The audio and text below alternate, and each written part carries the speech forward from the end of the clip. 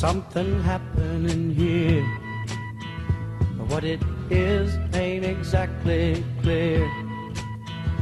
There's a man with a gun over there telling me I got to... Welcome to today's episode of Occupy TV. Today we're going to be discussing the downtown exclusion zone and all its ramifications throughout Eugene. My name is John Monroe, this is Ali Valkyrie, and this is Joe Tyndall.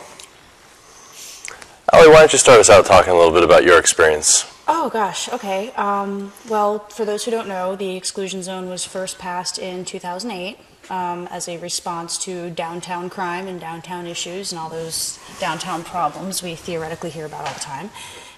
It was always supposed to be a temporary law. It was originally passed as a 2-year law that was meant to sunset in 2010. And then in 2010, they passed another 2-year extension allowing it to sunset in April 2012. And now in these past 2 months, it came up for, again, another extension. The past 2 times around, it's pretty much gone through with, a certain amount of questions and doubt over how this is being applied, but nobody ever really giving any concrete evidence or anecdotes about how it is being misapplied. And due to the lack of information and the lack of proof that there is a lack of information, I think, it was always just accepted that this was being used properly, and it was extended twice. This last time around, many people who have been working as community activists, the 3 of us included, started hearing stories about how it was very much being abused and misapplied. And the more we dug into it, the more we realized that there was a pattern of this, and the pattern very much had to do with the homeless and disenfranchised being targeted by certain downtown officers because they simply don't want them there.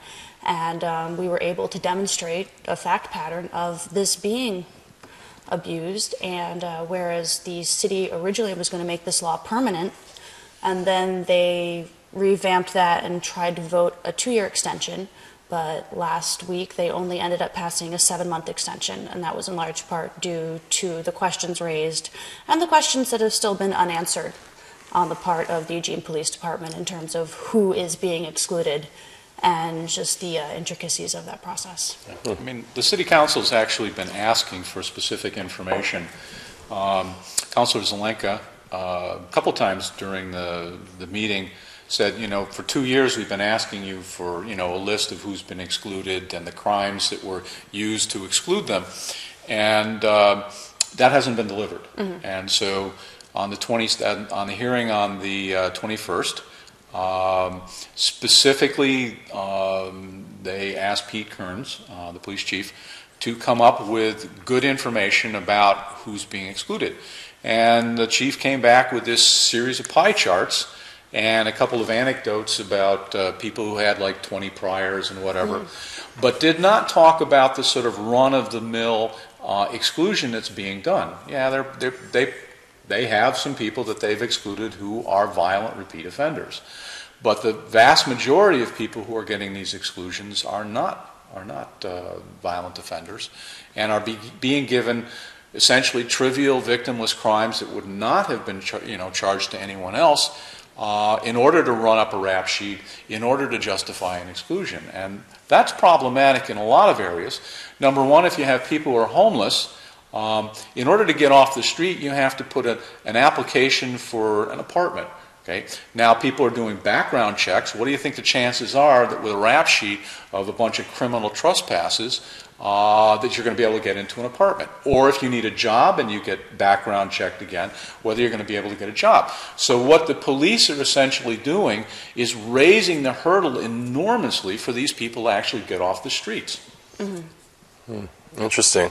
Now, Ali, one of the things you've been doing is researching different stakeholders in this. One of them is definitely the police, and it seems like they've got their own kind of stake or interest in this. What are some of the other parties that we've been looking at? I mean, I see very much the police policy per se of what, and that's what's frustrating about it is, being out on the street, observing and witnessing, it's very obvious that the police are very much being pressured to simply clean up downtown of those who don't look the part. And, one of the most frustrating aspects of this entire thing is watching 2 people commit an identical offense, one being a well-dressed person with a briefcase and a cup of coffee, and one being someone who's obviously homeless. And, the police targeting that one person and not the other person. I see this pressure coming more than anything from downtown business interests, specifically the Downtown Business Association, Downtown Eugene Incorporated. I think that, you know, their members are very much set on creating this image of Eugene that's very clean and sanitized and corporate and very yuppie. And, you know, all those words I hate to throw out as stereotypes, but that's really what they're trying to create. And they simply don't like the fact that downtown is full of homeless and hippies and transients and travelers and all of these people who have every right to be there, but to be fair, don't necessarily economically contribute. And I just really see a policy that favors commerce and business and commercial development over basic human rights. And I really do feel that those interests are being pushed by the business community more than anything. One of the critiques that's been leveled against people that have been fighting the exclusion zone is that it's been a deviation away from, quote, the original Occupy Wall Street mission and statement. I was wondering if anyone has thoughts on whether or not this in fact ties into that overall mission that kind of sparked Occupy. Joe? Sure, why not? I guess I've done this a couple times where I've talked about this, and the piece that I bring out is the concentration of wealth thing. In the sense that in our society, in recent times, we have concentrated wealth enormously. And years ago, I was looking around for good numbers on what's actually occurred and how this has changed. And then it dawned on me that Forbes magazine every October publishes their 400 richest Americans. And so it's like, oh, okay, they're actually proud of it and they're giving me the information. So what I started doing was charting the wealth that it takes to be person number 400 on the list and dividing that by median household income. And so we have, since 1982 was the first year that was published. I started doing this, it's got to be 7, 8, 9 years ago now. And so to get the back issues, I went to the library and pulled up all the back issues of Forbes and got the numbers. And it turns out that in 1982, you had to have $91 million to be person 400 on the list. Today, you have to have a little bit over $1 billion to be in that position.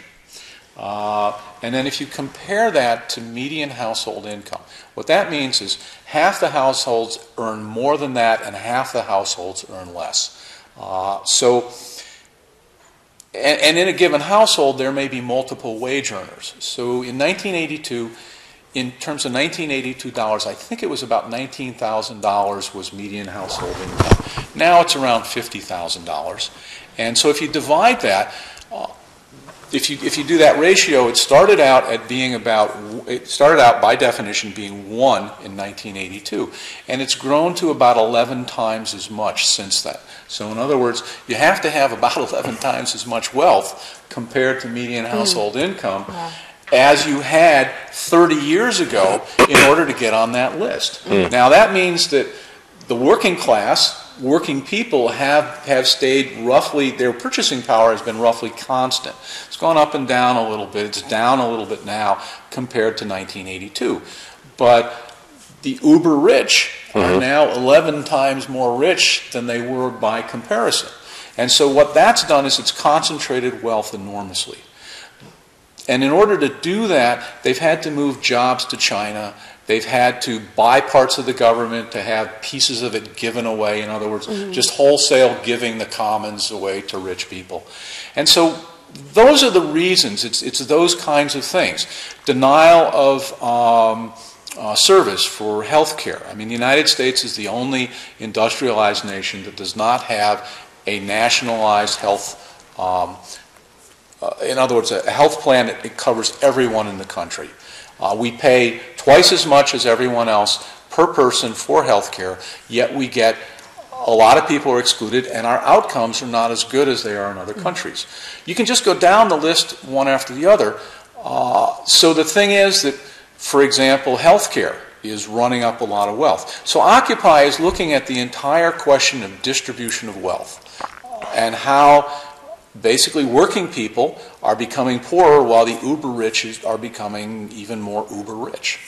Now, one of the things that comes out there is you mentioned that this kind of took off around 30 years ago, and through a lot of the dialogue that's come out through Occupy, there's been a tracking of the last 30, 35 years of shifts in our government. Yeah. In addition to a lot of the centralization of wealth, there's been a massive explosion of incarceration and the privatization of prisons. Yep. That in turn seems to have affected the way police operate. And of course, over the last 10 years, since 9/11, they've tracked some $38 billion that's been funded by the Department of Homeland Security to city and town police offices in order to continue to militarize them as well. And I'm wondering, Ali, from your exposure on the kind of process side of things, how this switch and these changes in the criminal process is affecting the individuals involved on the other side of the exclusion zone, and how this thinking is kind of playing into how the government of Eugene is looking at the problem. Well, I actually kind of want to combine what the both of you are saying. You know, like in relating this to Occupy, I mean, to put it simplistically, you know, it's a matter of rights and it's a matter of inequalities. And I don't just look at economic equality. I also look just in terms of the power we have as people, which is, of course, related to economics. But if you take it away from that and just in and of itself, you know, like the outrage over the Citizens United decision, you know, that has to do with one body, one entity being the corporation having so much more power and so much more influence. And that's indicative of this entire problem. But, you know, you bring that back to, say, something like what's going on in downtown Eugene. You know, what's going on in downtown Eugene, I mean, even if you take it in or out of the criminal system, it just simply has everything to do with a lack of equal protection, of a lack of equality, of, you know, simply two groups of people who get treated very differently. And unfortunately, the group that sustains the harsh treatment is also the group that has the least ability to fight against it. And, you know, and that's where the criminal justice system comes in the court system. I mean, we have a municipal court system in Eugene where, you know, and I invite anyone to just go take a day. You know, there's 9 a.m. arraignments, there's 9 a.m. trials, and there's 1 p.m. arraignments. And I encourage anyone in the community to just go down there to 777 Pearl Street and watch, because you will see just it is the majority filled with the young, the disenfranchised, and the homeless, all who are being constantly cited for what are pretty petty crimes that are clogging up our system, that are costing taxpayer money, judicial resources, and that the system is completely stacked against them. And, you know, it's so frustrating to me on a personal level to go in there, and, you know, you can do so every day, and see people plead guilty to things they didn't do and to things they're not guilty of. And it's in their best interest to plead guilty, because they don't either have, you know, the mental resources or the economic resources to fight it. And, you know, in the entire, especially the municipal court system as it relates to the disenfranchised, it's just completely stacked against them. And, you know, and the exclusion zone is just so indicative of that process. I mean, you have, and this is, you know, what a lot of people don't understand is, you know, the process of being excluded is a completely separate legal track than the process of being convicted of whatever it is you're being excluded for in the first place. And so not only is that dual track extremely confusing to anyone, especially those who it targets, and, you know, and that's where it's really kind of hard for those, even with a little bit of privilege, to understand what it's like to be undereducated, to be disenfranchised, to be homeless, and have to go through that system. That system is scary and confusing enough to wealthy little white college students who get caught with weed.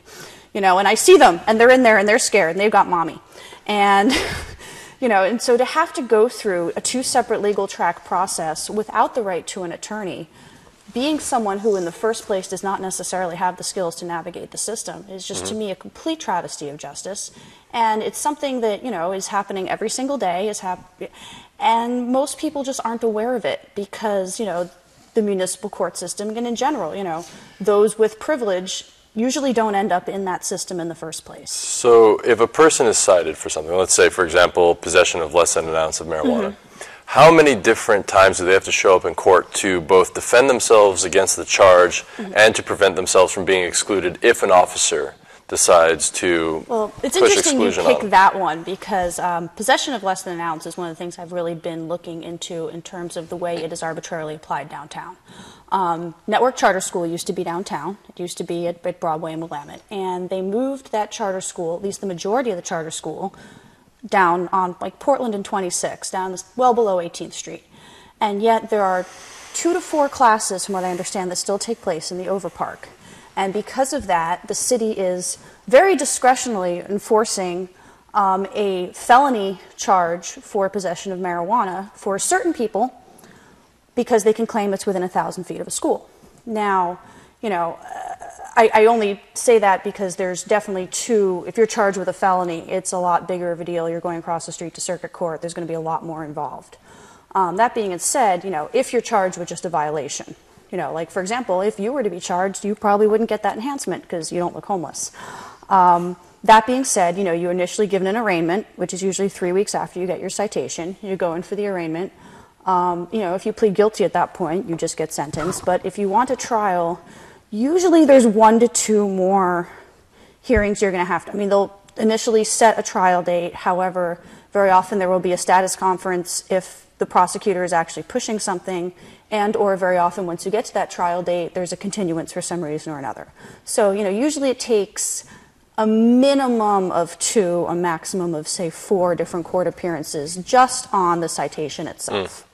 But then, you know, you have a separate legal track for the notice to show cause hearing for the exclusion, and that's usually 2 hearings. You know, let's say, you know, if I'm that theoretical homeless person smoking pot who gets served an exclusion notice, usually 3 to 5 days after that notice is served is when I have to go to that first hearing.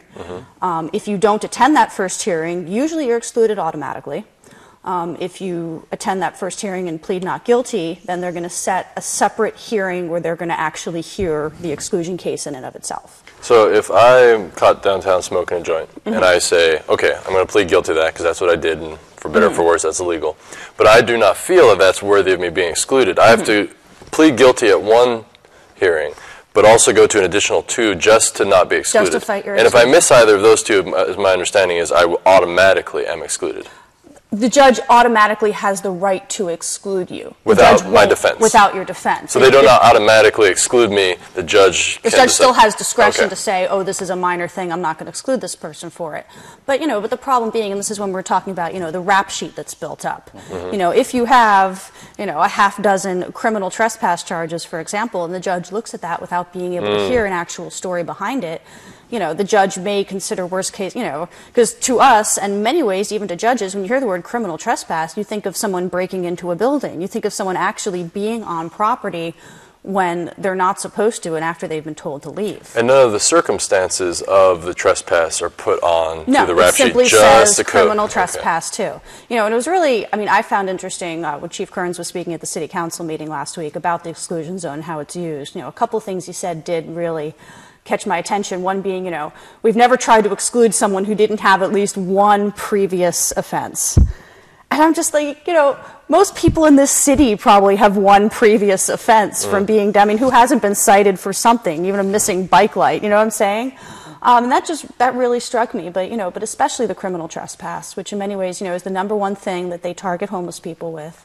As far as I'm concerned, they're doing it very much in violation of both the letter and the spirit of the law. But that being said, you know, when people hear that term, they don't understand that that just means in certain cases that someone was touching a building that they shouldn't have, or in certain cases not even touching the building. The cops have been known to cite people for criminal trespass for even being near the wall of private property, even when they're not touching.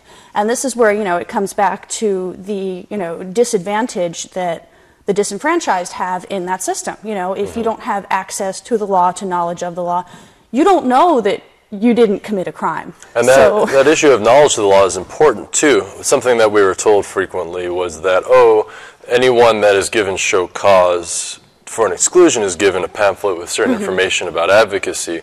But as I understand it, many people were not given that information, and the advocate office itself is very difficult to work with. Isn't that true? And the pamphlet is hard to read to start with. Would you go into some details on that? Well, I don't know that, I mean, it just needs to be revised and sort of put into language.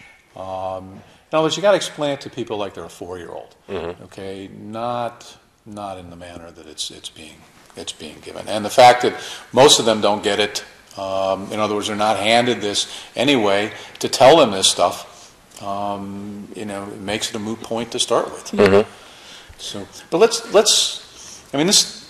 talk about why there are so many homeless on the streets. I mean, the numbers are going up, and they are going to continue to go up. And so what we've done is we've taken a course that punishment is the solution to homelessness, as if trying to sleep, in the rain and the cold with a policeman coming along regularly and saying, move along, okay, is not punishment enough. I mean, we have a model where instead of dealing with these issues, we push them out. We don't want it here, so you go over here. And then, of course, the next group doesn't want them there, so go over here. And then the next group doesn't want them, so go over here. And the question is, where do you go? Betty Taylor at the City Council meeting brought it up several times, and she went, where are these people going to go? And, she brought it up once where she said, the logical extension of where you're going on this thinking is that you will have to round them up and kill them. Because there's going to be more. Okay, I started talking about the concentration of wealth thing. There's nothing that's slowing that down right now. More people are dropping off the bottom. There are more foreclosures. There are more bankruptcies. In fact, if you look right now, in Lane County, there are more houses that have been foreclosed that are up for auction than there are homeless in the county. I mean, that's insane.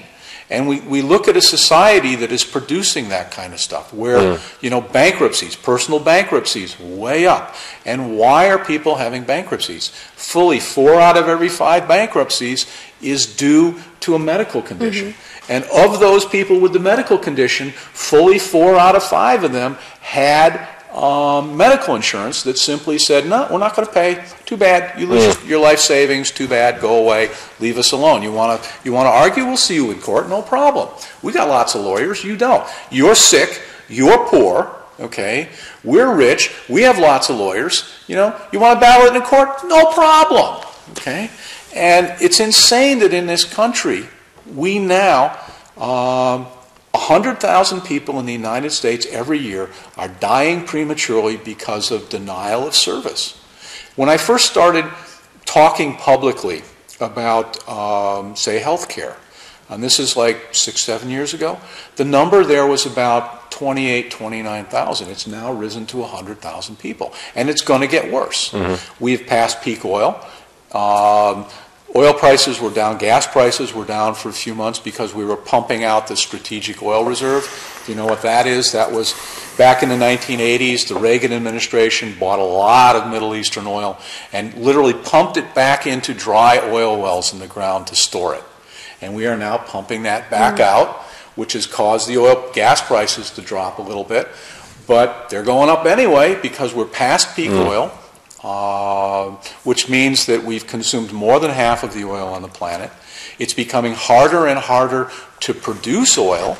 So again, we see a whole lot of economic trends that are forcing us to a situation where there are going to be more and more and more homeless, which we're going to solve that problem by punishing them some more. And that particular point, the punishment, the exclusion mechanism that's working right now, you each brought up comparisons in your talks at City Council. You compared this to methods that were used to control Jewish populations in National Socialist Germany, but you compared it to to mechanisms used by Soviet Russia throughout from the 30s all the way up to the 80s at the Olympics. So it seems like this is not a left-right thing. This seems like it's something epidemic to industrial modern societies, this eventual solution by exclusion. Well, it dates back to, primitive societies. I mean, that's the thing. It dates back to ancient Babylonia, the idea of, excluding the unwanted. The thing is, historically it was usually used to exclude those who, either on one hand committed the most grave offense that one could ever possibly imagine and we can never forgive him, or, if you pissed off the king, which was just as bad in those days. But, like what I said for this, at least this, and I don't ethically agree with exclusion regardless, but, the idea that when we exclude our theoretical violent and chronic offenders, we simply put them out past 11th Street, to me, is hilarious. At least in Soviet Russia, they knew, 100 kilometers, get them away, get them out. They can't come back. They can't hitch a ride, Well, in Nazi Germany, they eventually put them into incinerators. But the United States has got a long history of exclusion. We did it with the Chinese, who were brought in to build the railroad. We did it with the Japanese during World War II. We did it with blacks for, centuries. Only starting in the 1950s, where Martin Luther King and the civil rights movement got the country to recognize that lynching blacks is not an American value. I mean, there's all this discussion about values. Is killing people, because you don't like them, or because they have black skin, or because they're poor, is that an American value? Is that something that we as a society are proud of? I mean, we've done exclusion zones with every immigrant, whatever immigrant group was the most recent one. We have excluded them from, this and that and the next thing, and it is sort of normal behavior for the country. But it's not something that we collectively look at and are proud of. Well, and it seems like the race issue is still very much alive. The research into incarceration right now puts it something like 7-to-1 blacks to whites in prison at the moment. And so it seems like in many ways what we've done is kind of technologically transform our racism and make it look modern. And it's not as egregious as lynching a few black people, but we have increased the amount of black people in the process now. And as opposed to lynching, there's great profit in locking people up in the modern, that's the thing, that's a whole entire, But capital punishment even hasn't changed. What we've essentially done is we've substituted the electric chair and lethal injection for lynching, because blacks get it disproportionately more often. And again, you run up in these kinds of things against the whole question of, in the case of lynching, it was just a mob that went out, collected some black guys and taught them a lesson.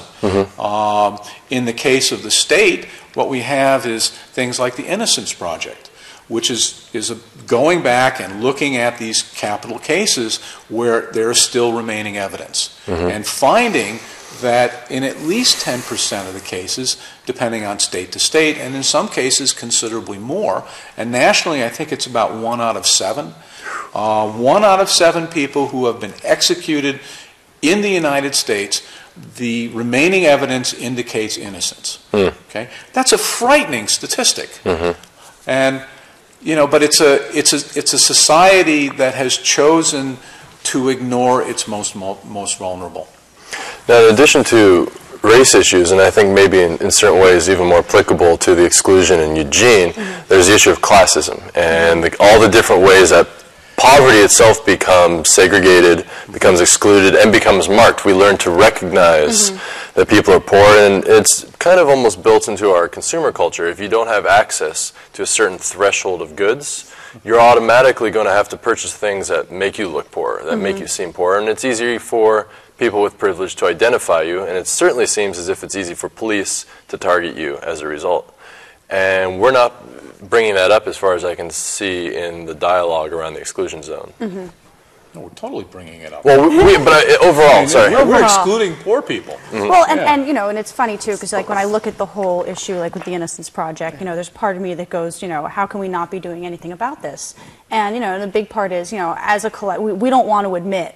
We don't want to admit that we don't want to admit that this is actually going on, and of course, those who understand it, it's one thing, but that there's this collective denial about the degree of injustice.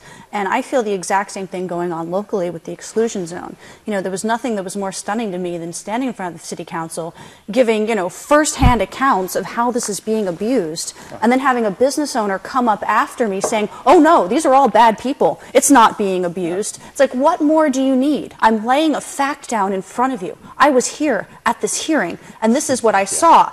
They tried to exclude this man for smoking a joint. Mr. Business Owner, I'm sure you smoke a joint too. Are you really going to stand? But again, it's that denial.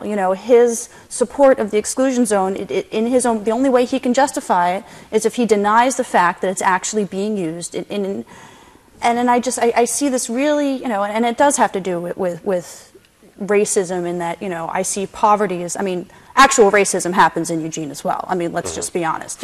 Blacks and Latinos are profiled here just as anywhere else, and there has been statistics to prove that. But I kind of see, whereas in many major cities it truly is a race issue. Here, having the backpack to me is the equivalent of having black skin. That's how you're targeted. If you have a day pack if you have a dog, if, there's certain, I mean, we always joke, lately they've been, ticketing the homeless for crossing at right angles, or not crossing at right angles. I'm like, if we hand them all Starbucks cups, this won't be an issue. And I laugh about that, but there's also a serious aspect to that, and that, someone well-dressed can lean against a planter reading a book, and the cops come by and don't harass him. But if someone with a cigarette and a dog and a backpack is leaning against a planter to rest the pack that they've been carrying around for the past 6 years, that ends up being a maximum $500 fine. Yeah. But let's key on the dog thing for a little bit. The subject of outlawing dogs downtown is about to come up. Yes. Okay. Mm-hmm. And the question is, where are the dogs that are downtown with the homeless coming from? Why are the homeless getting dogs? And the answer to that is it's the arms race. In other words, the police are harassing them. Mm-hmm. So in order to not get interrupted while you're sleeping, what do? You get a dog. Mm-hmm. Okay. So in other words, by harassing the homeless, they're providing an incentive for them to get a dog. Yeah. And so what kind of dog are they going to get? Are they going to get Fluffy, an Irish setter, some really friendly, mm-hmm. dog? Or are they going to get something that's tough on the street that's going to protect them, not only from the police harassing them, mm-hmm. but other people harassing them too? I mean, one of the big problems you have with the unhoused is, them attacking each other. Mm-hmm. And so now what has occurred is we have begun an arms race with dogs in the downtown. It's pure insanity, but once you begin down the insane path, then what happens is you have a series of insane, unintended consequences. Mm-hmm. So, and it does seem like there's a pattern of escalation generally downtown, and with the increase in both red caps and the 3 more police being added this coming summer, the question has been brought up continually by city councilors as alternatives, though Councilor Zelenka was quite honest to point out that one alternative would simply be to terminate the process and then see what happens from there if we don't mm-hmm. exclude.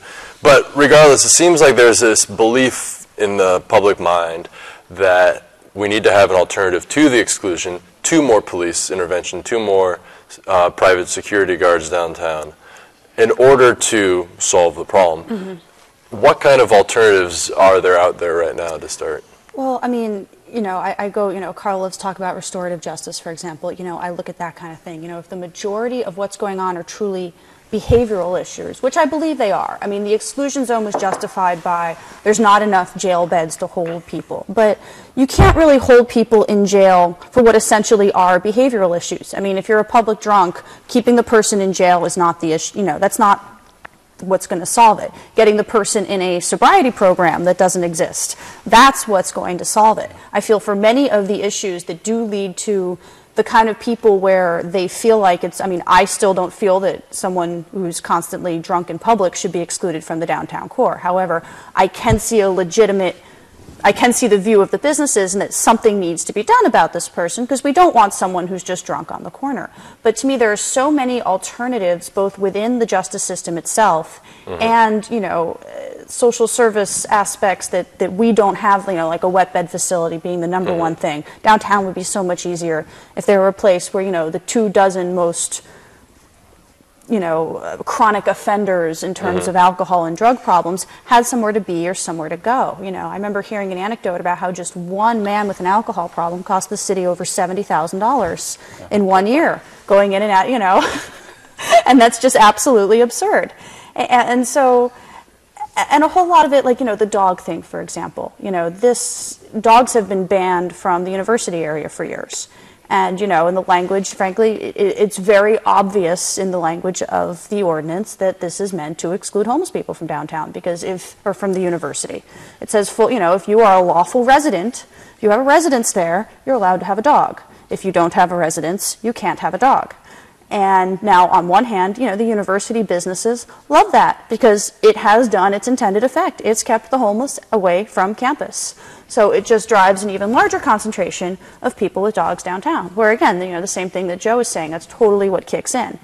People are so worried about being harassed. I mean, I don't think that's the only reason. I mean, there's many reasons why homeless have dogs, but especially in Eugene, that's definitely one reason. It's a contributing factor. And it's definitely a contributing factor. And I acknowledge that, there have been issues downtown with violent dogs. I also think, just like everything else, there's other ways to deal with these issues rather than enacting a ban on dogs in the downtown area unless you're privileged enough to have an apartment downtown. It's just another method of cleansing. I mean, they constantly get people for not having a dog license and for this and, all these petty little offenses regarding dogs. I do not see the point in fining someone $150 because they couldn't afford a $30 dog license. Again, all you're doing is just stacking up their chronic offender records so that then we can go exclude them on, wouldn't it make much more sense to say have a city-sponsored downtown dog clinic once a month where people can get free licenses and get shots for their dogs and do all these safety precautions, so at least then if there is a dog bite, we know that dog had a vaccine. There are ways to deal with these problems rather than being punitive. But, this whole no dogs downtown ordinance is a huge concern to me because it's just very obviously targeting a certain population. And it's an excellent way to do it because, we all know that most homeless people have dogs.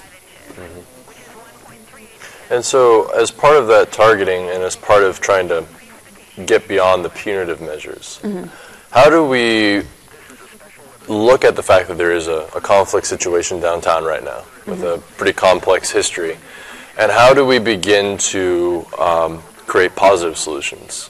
It seems like what has worked continually in these kind of situations is positive ways for people to channel their energy. Art programs have been very successful, kind of gardening programs, anything where people can put their energy and see a benefit effect. And it seems that all these things, all these projects that people could participate in kind of fall under this space that traditionally was called civics or kind of civil engagement. We don't have a lot of that in Eugene. No. And yet there's been a huge kind of desire for that expressed over the last 6 months or so since the occupation movement took off. And particularly around the idea of people being able to volunteer their time to help one another without any kind of intervention by governments or other regulators. Where does this problem of creating kind of volunteer space figure in? Well, you have a lot of pieces to that. The biggest problem is where do people sleep? Where do they live? I mean, if you've got people living under the bushes, on the sidewalks, between the dumpsters, it's kind of hard to say, oh, well, we'll put you in an art program, or we'll put you into this or that. I think that there's, a more fundamental, basic problem that has to be dealt with before we start thinking about this stuff, which is the question of where are they going to sleep? People need to sleep, they need to pee, and they need to poop. And, you walk around the downtown, you look at the doors, and it says, restroom for customers only, or, no public toilet, or this or that. I mean, it's on door after door after door. So if you're living, if you've been pushed out of the university area, and you've been pushed out of the neighborhoods, and you're wound up in the downtown because it's the place you wind up, where do you go to the bathroom? It's for someone who's on the streets, or, how do you carry your stuff around? Being homeless is, if you have anything left, which usually, doesn't last very long, the big problem is how do you haul it around with you? So when we start talking about these kinds of, get them involved in volunteer activity, get them involved in this, get them involved in that, unless they've got a place where they can lay their head, that stuff's not going to work. So, it's listening to or going to the task force. I'm not actually a member of the task force, but I've been videotaping it every time, so I've been at all the meetings. And I hear these things about we need a community center. Well, that's great. Okay, if we can put the homeless in a homeless center, in other words, you're going to sleep under your bridge, then you have to get all your junk, you got to bring it over to this center that's got lockers, then you can hang around indoors all day.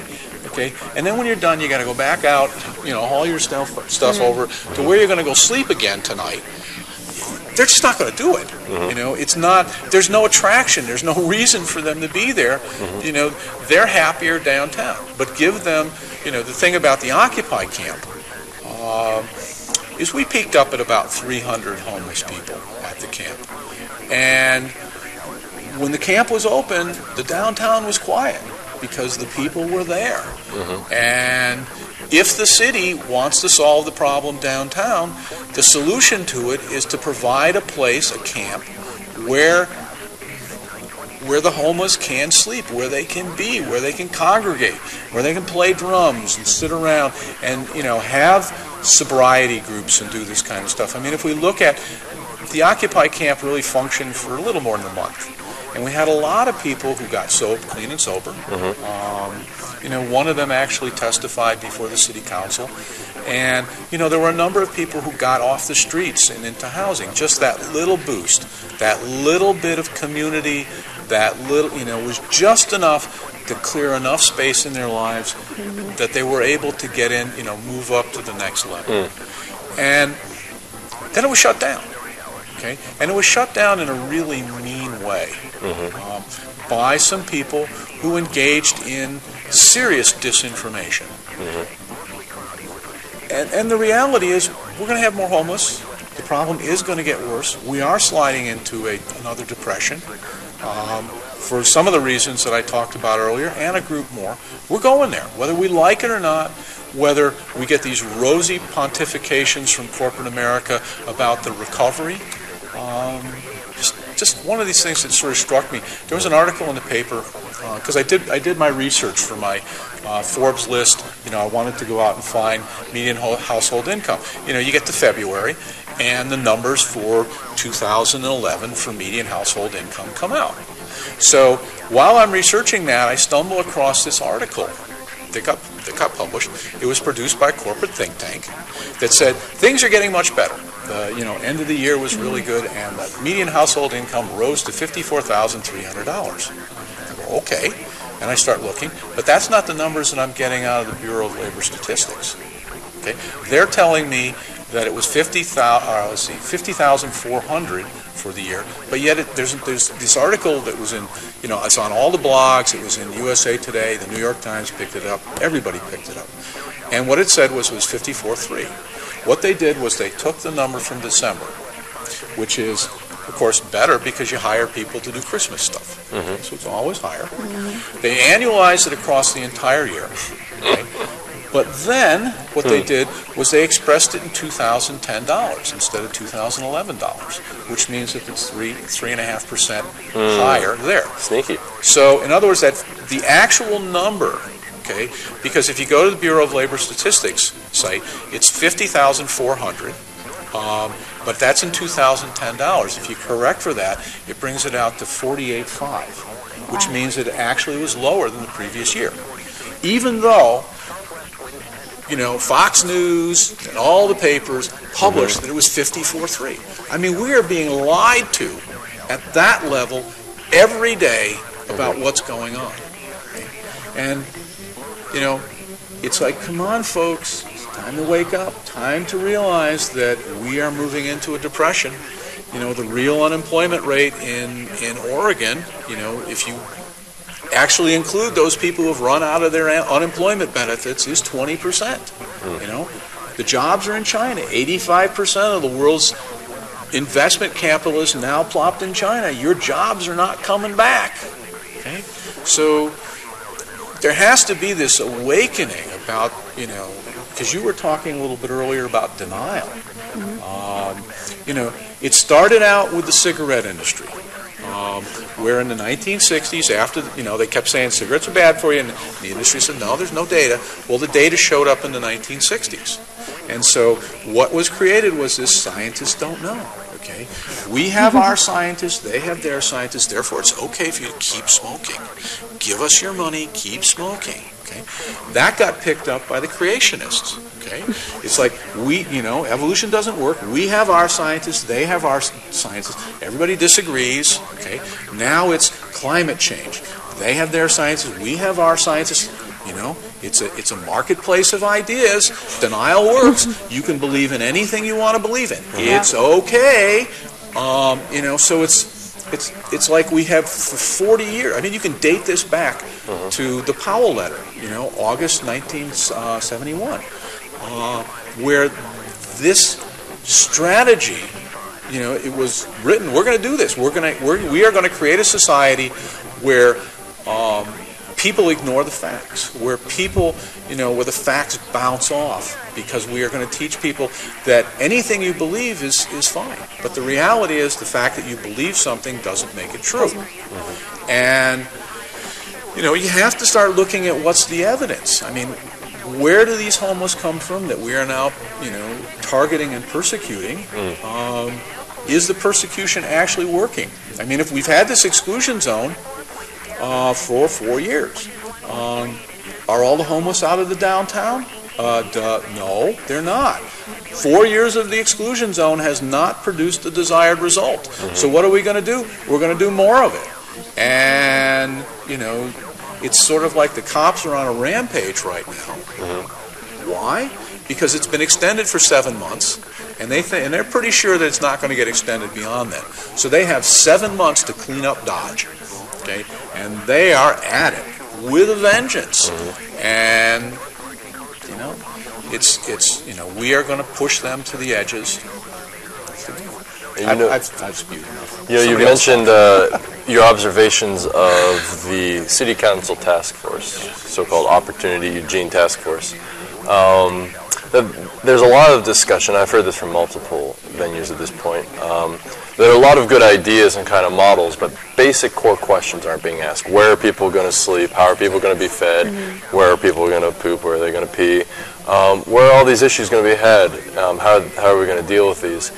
And it seems like, you know, you really hit on something about the problem with the daytime culture center, as much as many of us, myself included, support the idea. It's a great idea. That we don't, many people that have lived in houses most or all of their lives don't understand the nightly, every single night anxiety, if not terror, of A, trying to find a place to sleep, B, hoping you're not mugged, C, hoping you're not harassed by cops or other kind of private security, and D, hoping you don't freeze or get rained on or any kind of climate issue. The difference of a daily or nightly anxiety around just basic sleep, psychologically, socially, politically, the way they view the world, the way they see things, is so radically different. Whether you're liberal, conservative, whether you're Green Party or Tea Party, from anyone that lives in a house, that seems a far more substantial divide than all the things that we argue over because of things like the Powell letter, that there's a massive psychological, if not biological, this is the way people are living, are fundamentally different conditions. How do we help people to see that? I mean, should we start having people sleep under the bridge with us? Should we start having, you know that's my biggest frustration. Like, I go again to behavior problems downtown. And, you know, there's a part of me that just wants to look at all these business owners and go, you try sleeping under the bridge for a week and see how you feel and how you act during the day. I mean, really. You know, so many of these things are status crimes, and so many of these things, you know, you can really just divide it by privilege. You know, public drunkenness. Yes, you know, we don't like it, it's unsightly, but let's dissect it for a minute. You know, those of us with houses and jobs, you know, we get so stressed at working our 9 to 5 that we're able to go home and pour ourselves a shot of whiskey, okay?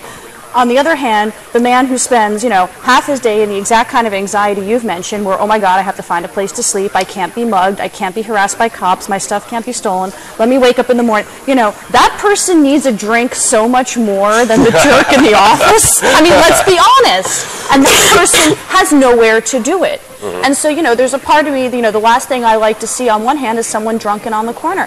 On the other hand, you know what? That's his only way of medicating. He doesn't have access to Prozac, and he doesn't have access to the nice little bar in the back of your house where you can pour yourself a Glenlivet, you know? And that's something, I mean, even, you know, public consumption of marijuana, same thing. This is a group of people who need to chill out, who aren't privileged enough to have access to places to chill out and legal substances to chill out on. And that may not be a politically correct view. Or a private place to do illegal substances. Or a private place to do their illegal substances, like, to be honest, the majority of this town does. Oh, absolutely. And so, you know, that's when I look at, you know, so many of these behavioral issues could simply be solved by, again, you know, resolving that trauma issue that results in the behavior in the first place. And that's not even what we're looking at. And it seems to me that part of the issue around the lack of understanding of what it's like to be homeless really comes down to something like alcohol. One of the things that really blew my mind starting to work with homeless was the fact that alcohol is consciously used as the way to go to sleep.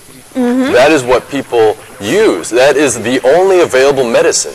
And literally, it is a form of medicine at that level. It is, I can't fall asleep. I mean, we saw an incredibly high rate of insomnia, an incredibly high rate of just, I don't know the medical term, but basically erratic sleep patterns. I mean, the sleep itself is incredibly unhealthy. Yeah. Well, most of them are nocturnal. In other words, it's safer to sleep during the day than it is at night. And so what they do is they wander around all night, and then they find some place that's warmer, because it's warmer in the day. They find some place to crawl in and go to sleep in the day. And and the thing is, at 5 in the morning, our natural pattern is not to sleep. So how are you going to put yourself to sleep?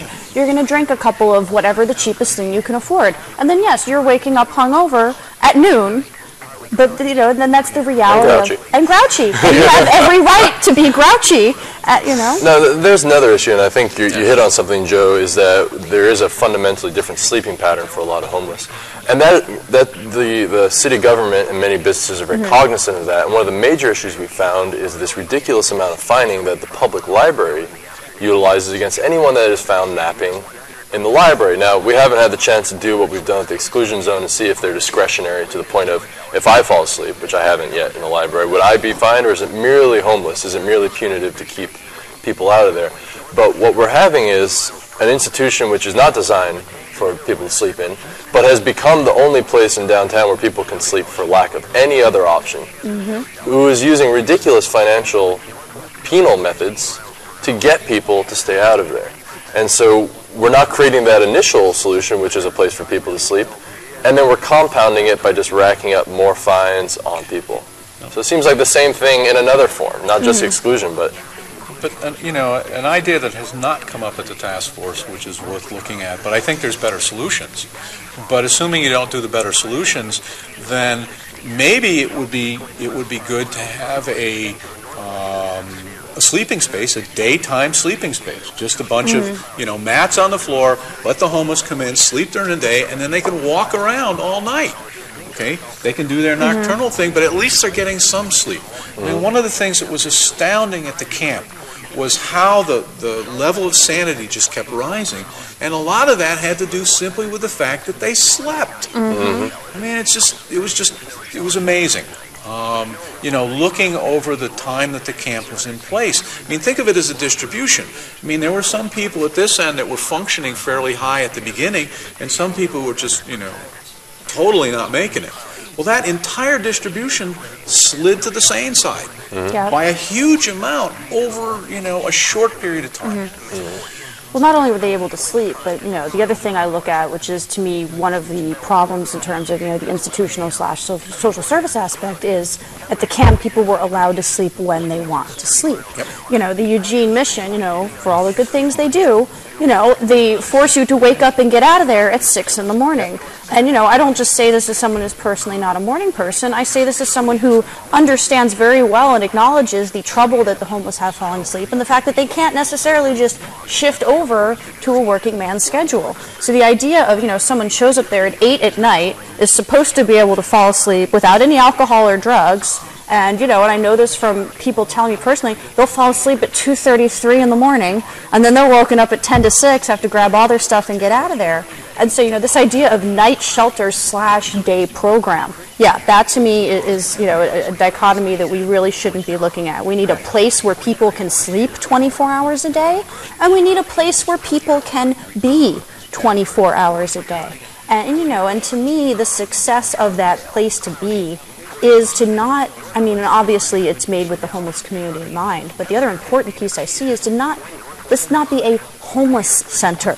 Let this be a community center, because it's really going to thrive if it can also attract people in it who want to be a part of it, who are, and that was one of the secrets of the Occupy camp and why that was successful. And, an integrated model of somewhere where I feel perfectly welcome to go, even though I'm not homeless. That's what's going to lead to the success of it. People at the Occupy camp, people brought food, they brought tents, they brought sleeping bags.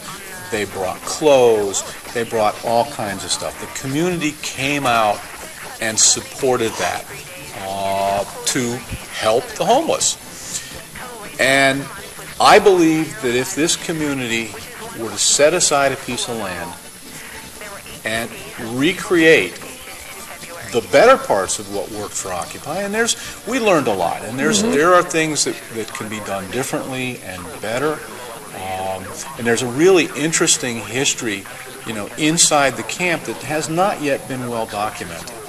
But if we started off at a little bit better place, I believe that this community would show up, would do what they did, that there's huge generosity out there. And all we have to do is to provide the mechanism, provide a place, and the community will work its magic. I agree. And that really brought up an important thing, too, was that not only were the material aspects brought, I mean, those created the conditions for everyone to chill out and relax, but it was all those conversations where a dude in a suit and someone who had a backpack on, or for once didn't have to have their backpack on, but was certainly homeless, we're standing next to each other and talking politics, or we're just laughing about life. And it had broken down a lot of these walls that we take to be very, very stable. And I think that was simultaneously what was incredibly powerful about it, and what scared a lot of people. And it's been interesting to see the wide range of reactions. We've had people that we wouldn't think support the camp, including many business owners, really want it because it was actually beginning to solve a problem that clearly the exclusion zone and many other tools of standard punitive policing. But it brought up a lot in the community. It brought up a lot of anger and fear, and it seems like this exclusion zone and all these other punitive methods we're seeing are extensions of that. That what we're really doing is tapping into a lot of secrets that we're still in denial about, and a lot of misinformation that we're having to clarify. And this is going to be an ongoing process. And even if things end ideally with the exclusion zone, there will still be the denial, and there will still be the misinformation, and we'll still have to work to undo that. Yeah, it's a lot of community building. I guess Occupy is going to have a discussion this evening, as by the time this gets broadcast, the evening will have long gone by. But we're talking about diversity of tactics in the sense of how do we go out into the community? Because there's people that agree with us, okay? And we have a small group of that part which will show up at meetings and the like. But there's a community of people who don't agree with us. And so at a certain level, we don't need to be talking to the community that agrees with us. We need to be talking with the community that doesn't agree with us. And not only talking to them, but listening to them to understand what it is. I mean, one of the things that was very powerful at the camp was just hearing people's stories. And to be honest, I didn't do that as much. I have a regret that I didn't do it as much as I might have. And I think we'll have to be continuing to build the stories and continue to listen. And we'll probably have to also learn that there's a lot of denial and misinformation that we're still working through personally as well. So we'll have to give those sides, but we're running out of time now. Really appreciate everyone that tuned in to this episode. Again, this is Ali Valkyrie and Joe Tyndall. My name is John Monroe. Thanks for tuning in.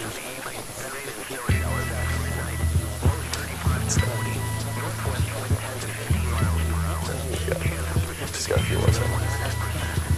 I didn't quite get Something in on happening time. here. What it is ain't exactly clear. There's a man with a gun over there, telling me I got to beware. I think it's time we stop, children. What's